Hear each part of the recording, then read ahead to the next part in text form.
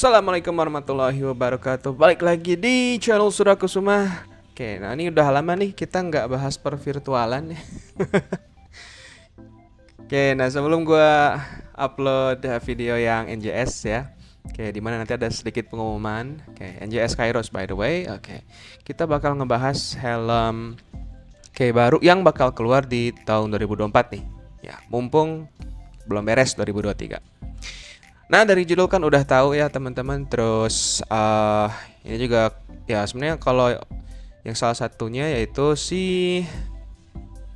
helmnya Enea Bastianini ini atau KX1 Race GP ini sebenarnya kan udah dari beberapa bulan lalu ya, kalau nggak salah awal-awal atau pertengahan 2023 udah di-spill juga gitu. Dan sebenarnya ini part 1 ya. Oke, karena kita bakal ngebahas dua helm.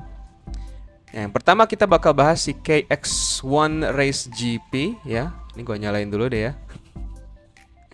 Modelnya presentasi guys. Oke, KX1 Race GP. Dan nanti juga gua bakal bahas si TTR Jet. Nah, atau TT Jet ya kalau misalkan yang di Malaysia itu. Sebelum kita mulai, nah buat teman-teman yang baru nonton, oke selamat datang.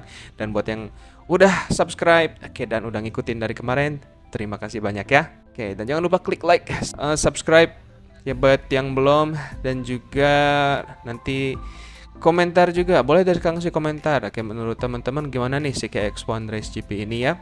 Oke, atau mungkin nanti misalkan ada pertanyaan-pertanyaan, oke, langsung aja tulis di komen. Nanti gua tampung, insyaallah gua bakal respon juga melalui short yang belum jalan sih sebenarnya. Tapi insya Allah gue bakal jauh lebih aktif buat respon pertanyaan teman-teman melalui shorts atau mungkin dalam bentuk video full juga.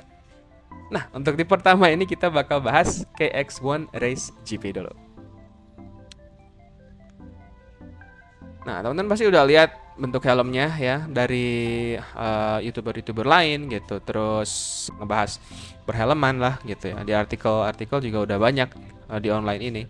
Dan bentukannya pada dasarnya sih mirip banget sama NZ ya latestnya gitu, dengan sedikit sentuhan yang agak ngingetin ke TT Course. Jadi ini emang helmnya ya bahasa desainnya itu masih kurang lebih mirip sama yang versi sebelumnya. Nah, untuk pertama kita bahas overall shellnya dulu di sini. Oke, by the way ini gue dapat datanya dari KYT Europe ya. Nah, tapi agak hidden ternyata. Walaupun ini KYT gitu, tapi dokumen detailnya itu ada di Suomi. Nah, yang pertama shell materialnya itu sama aja sebenarnya ya. Oke, kita ada di tricarbo composite, yaitu kombinasi dari 3 bahan yaitu ada fibernya, ada karbon ya, dan ada aramid. Nah, dan ini juga sebenarnya udah dipakai dari NZ Race. Nah, yang membedakan di sini adalah selain ECE 2206, nah ini helm udah FIM ya homologasinya yang terdaftar di FRPH 01. Nah, jadi yang batch sebelumnya sebenarnya. Ya karena helm ini kan dipakai sama Enea Bastianini, oke. Jadi ya harus wajib homologated. Nah, tapi satu hal yang harus teman-teman tahu, yang homologatednya ini untuk ukuran S sama M.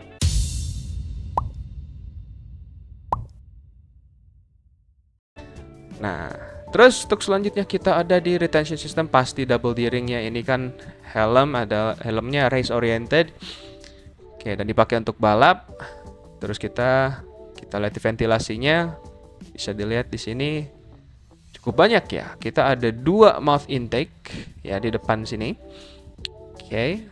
Nah, terus ada 3 intake di front ya yang di jidat itu, sama di atasnya itu ada 2. Jadi ini gue cukup penasaran gitu ya, karena kelihatan di sini ada di setiap sisi gitu ya, kiri dan kanan itu ada kayak 2 gitu. Ya apakah di belakang ini ada lubang juga? Harusnya sih ada ya. Kalau misalkan gitu berarti yang di top fan-nya itu berarti ada 4 titiknya, banyak banget ya. Oke, apakah akan adem helm ini? Nah, nanti kita lihat lah. Kalau ada rezekinya insya Allah bisa gue beli. Nah, nanti kita bakal bahas harganya juga.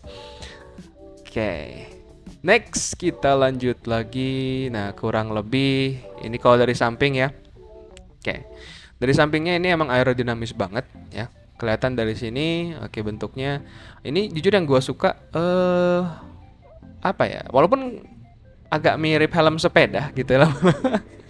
Karena di sini si desainnya itu benar-benar wah tajam banget gitu. Dan ini benar-benar nyambung smooth gitu ya sampai ujung spoilernya. Sekarang kita lanjut dulu deh ya. Di visornya ini, oke visornya itu udah include tear of pause pastinya. Oke, dan udah support pin lock 120. Nah, harusnya sih udah max vision juga ya. Oke, karena kelihatan ini udah benar-benar di ujung gitu ya. Nah, untuk visibilitasnya itu secara kayak vertikal gitu ya. Itu 90 derajat luas ya. Dan secara horizontalnya gitu ya dari kiri ke kanannya itu 210. Oke, ini 210 tuh kalau nggak salah berarti sama ya kayak ini ya. Si apa Alpine Star itu gitu. Jadi untuk visibilitas sih emang ya dari NZ Race pun itu udah luas gitu ya. Nggak usah lah NZ Race gitu. Ya nah, dia pun nurun ke yang adik-adiknya titik course gitu ya. Itu ya udah luas gitu. Cuman beda di comfort gitu ya sama ya prestisiusnya lah gitu. Nah, terus ada visor locknya yang 11-12 sama yang dipakai di SRGP ya, yang sebelumnya. Oke, dan udah EQRS of course ya, pasti udah EQRS. Safety number one apalagi untuk balap. Pasti udah integrated spoiler, nggak usah bahas banyak lah. Semua suka spoiler belakangan ini ya, helm-helm lokal pun serba spoiler, mau half face mau full face. Nah, kita lihat dari sisi belakangnya. Nah, sisi belakangnya ini sebenarnya jujurnya ujungnya tuh agak inget jadi K1S gitu ya. Dimana di belakang ini ada two rear extractors. Nah, jadi dari depan itu kan banyak ya ventilasinya masuknya. Ekstraktornya dia cuman 2 titik. Nah, ini gua belum tahu begitu detail, tapi menurut guidebooknya gitu ya, ya dia ada 2 titik ekstraktor di situ. Jadi emang benar-benar apa namanya angin yang masuk itu banyak. Oke, keluarnya dari 2 titik itu. Untuk comfort linernya itu udah hydrocool textile ya, yang sebenarnya dari looknya gitu itu ini 11-12 sama yang dari NZ Race sebenarnya. Jadi misalkan teman-teman mau nyobain kayak gimana sih gitu ya, si feel-nya si S1 XRGP ini ya sebenarnya feel-nya bisa didapetin dari si NZ Race dengan aksen khasnya ya ada merah-merahnya gitu ya. Dan yang pasti udah ya gitu. Nih QRS-nya udah ada situ ya. Dan kita bisa lihat di sini udah ada apa namanya chin guard. Bukan chin guard. Ya, chin curtain, sorry. Nah, kita sekarang bahas sizing sama fittingnya. Nah, ini untuk sizing sama fittingnya, shellnya pilihannya ada 3. Ya, ada 3 size shell dari S, M, sama L. Oke, dimana EPS-nya itu ada 4 ya. Oke, jadi S ya setara sama shell size-nya. Nah, paling kecil ya S. Oke, ke size yang di labelnya gitu ya, XS ya. Jadi shell size S, EPS S itu untuk size XS. Nah, kalau shell size M, EPS size-nya itu juga M. Oke, nah ini yang dipakai untuk size S dan M ya. Jadi misalkan teman-teman mau beli misalkan size S atau M ya, nah itu EPS sama si batoknya ukurannya itu sama-sama M gitu ya. Nah, terus kita ada yang paling gede ya, shell size yang L dimana EPS-nya ada 2. Nah, oke, jadi ini di tengah-tengah ya. Oke, jadi sebenarnya misalkan mau ngambil ini teman-teman ya gua rekomendasiin untuk ngukur dulu gitu ya, apakah misalkan masuknya di 60 koma. Kalau 60 koma berarti misalkan mau bener-bener fit ambil yang L. Kalau misalkan mau agak leluasa berarti ambilnya yang XL gitu. Nah, oke. Nah, di sini PS size-nya L itu sendiri ya, batok sih sama yang XL sampai XXL gitu. Nah, jadi perbedaannya di sini ada di untuk fitment ya, ada perbedaan di EPS-nya. Oke. Oke, itu untuk sizing dan fittingnya. Nah, nanti bisa kita bahas lebih lanjut kalau helmnya udah ada insya Allah ya. Nah, ini ada beberapa informasi yang gue dapat gitu ya. Gue juga kaget ini apa nih? Wah, ternyata ada guidebooknya. Ya udah, kita bahas juga nih. Kira-kira fiturnya ada apa aja sih S1 XR lagi. Itu kan Xiaomi ya. Oke. KX1 Race GP ini. Nah, Ini sebenarnya hal-hal mendasar sih gitu, kayak buka tutup ventilasinya itu ya sama aja sih ya. Kalau untuk yang atas itu kayak eh, NZ Trace gitu ya. Nah, sama kayak NZ Trace. Terus untuk, nah ini untuk si belakangnya, belakang untuk mouth vent itu ya, itu dari dalam. Jadi nggak dari ini lagi. Nah, jadi nggak kayak NZ, tapi dia lebih kayak ke sRGB ya.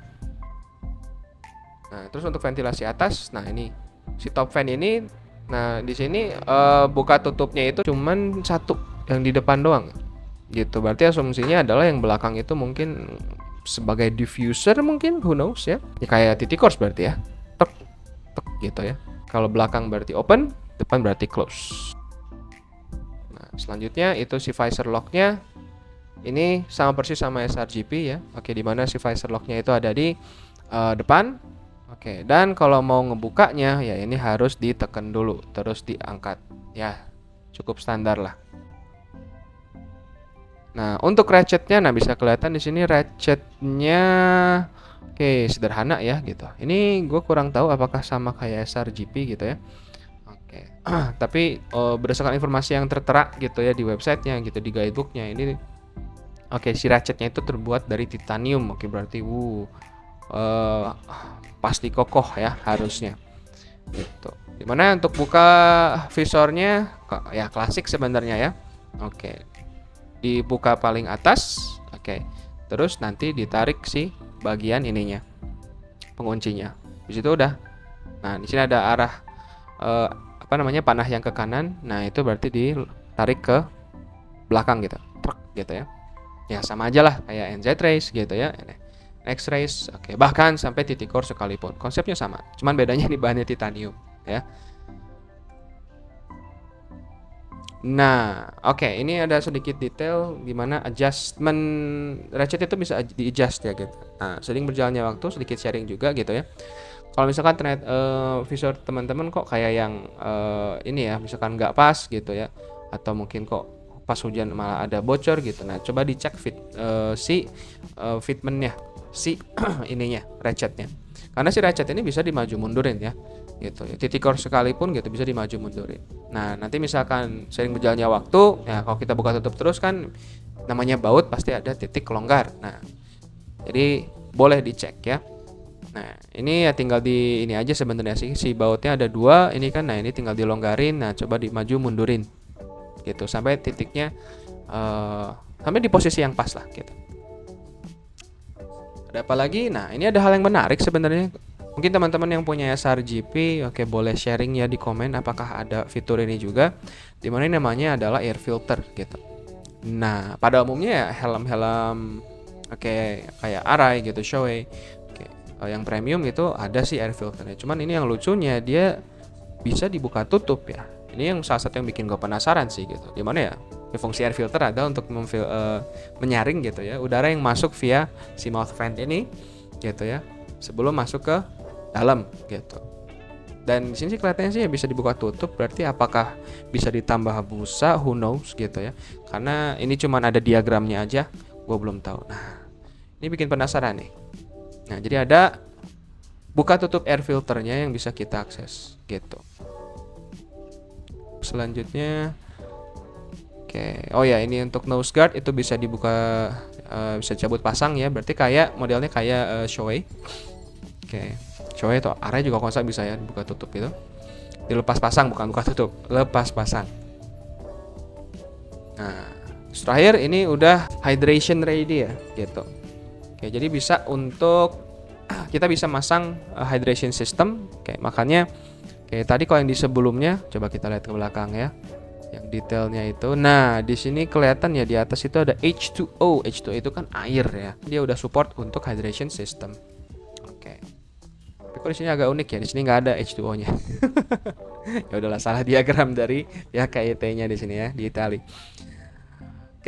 Nah di sini cara masukinnya ada. Jadi di busa kiri gitu ya, di busa pipi kiri itu udah ada bagian khusus gitu ya.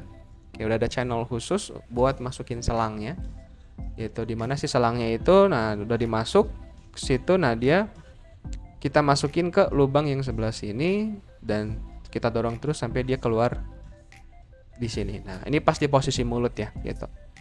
Gitu, pas di posisi mulut. Nah, biasanya sih nanti selangnya udah masuk, nah baru kita tempelin tuh si yang buat ke mulut kita kan, karena kita nggak mungkin nahan helm gitu ya. Jadi si hydration system ini ya udah ready di depan mulut kita gitu. Nah, oke, berarti ini udah ready to race banget gitu ya. Apalagi untuk endurance, oke. Dan kayaknya ini menarik kalau misalkan dipakai touring gitu, pakai hydration system. Okay. Gue belum pernah sih lihat orang yang pakai sistem hydration ini ya. Oke, dipakai buat touring dan gitu. Oke. Dan terakhir kita bahas price. Nah, ini biasanya yang bikin penasaran. Wah, harganya berapa? Gue kemarin udah sharing sedikit ke teman-teman. Dan ini gue dapat harganya dari mana ya? Dari KYT-nya sendiri. Tapi KYT Europe ya, dimana dokumennya gue dapat dari Suomi. Nah, jadi untuk harganya, ini harga Eropa ya. Oke, harga Eropa itu ada di 799 euro. Nah, yang kalau dikonversikan gitu ya, itu ada di 13,5 juta. mahal. Oke. Ya, helm film ya apa namanya itu gak ada yang murah sih gitu ya. Ada sih sebenarnya yang murah gitu. Cuman gua nggak tahu ya apakah misalkan si helm tersebut itu emang bener-bener film homologasinya gitu. Oke. Nah, jadi harganya segitu, gue pun kaget ya. Misalkan emang bener segitu, ini fix berarti jadi helm KYT dengan brand KYT termahal ya. Walaupun ya karena ya KYT dan Suomi itu kan ya satu kesatuan gitu. Nah, jadi harganya segitu, tapi gue prediksi sih sampai di Indonesia harusnya nggak segitu karena mungkin bakal ada penyesuaian gitu ya. Tapi who knows?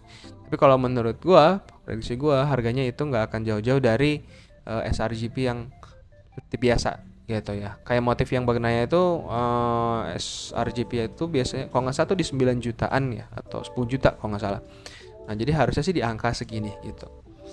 Tapi gue juga orang tahu, mungkin teman-teman yang tahu apakah sRGP yang 2022 itu sudah film atau belum, oke, boleh share juga di bawah gitu ya. Atau mungkin yang punya sRGP, oke, boleh sharing juga. Nah, dan dapat harga berapa gitu, dan mungkin mau sharing sRGP itu kayak gimana sebelumnya, langsung komen di bawah juga ya. Oke, kita sharing bareng-bareng di sini ya. Oke, gue juga di sini sharing. Nah, teman-teman juga sharing aja, santai ya. Insya Allah gue balas secepatnya ya. Oke, jadi itu untuk harganya. Oke, cukup amazing untuk helm lokal ini, untuk mengeluarkan helm dengan seharga ya mendekati 10 juta lah gitu ya, atau di range 10 juta ini, wow gitu. Tapi kita lihat ya di tahun depan berapa harganya. Oke, sekian untuk si KYT KX1R, apa sih kok jadi lupa gue. KX1 Race GP ya. Oke, terima kasih buat teman-teman yang udah nonton sampai akhir.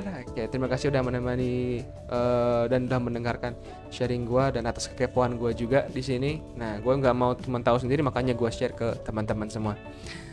Oke, selanjutnya kita bakal bahas si TTR Jet ya. Oke, antara TTR Jet dulu atau mungkin gue post di Kairos GT dulu ya.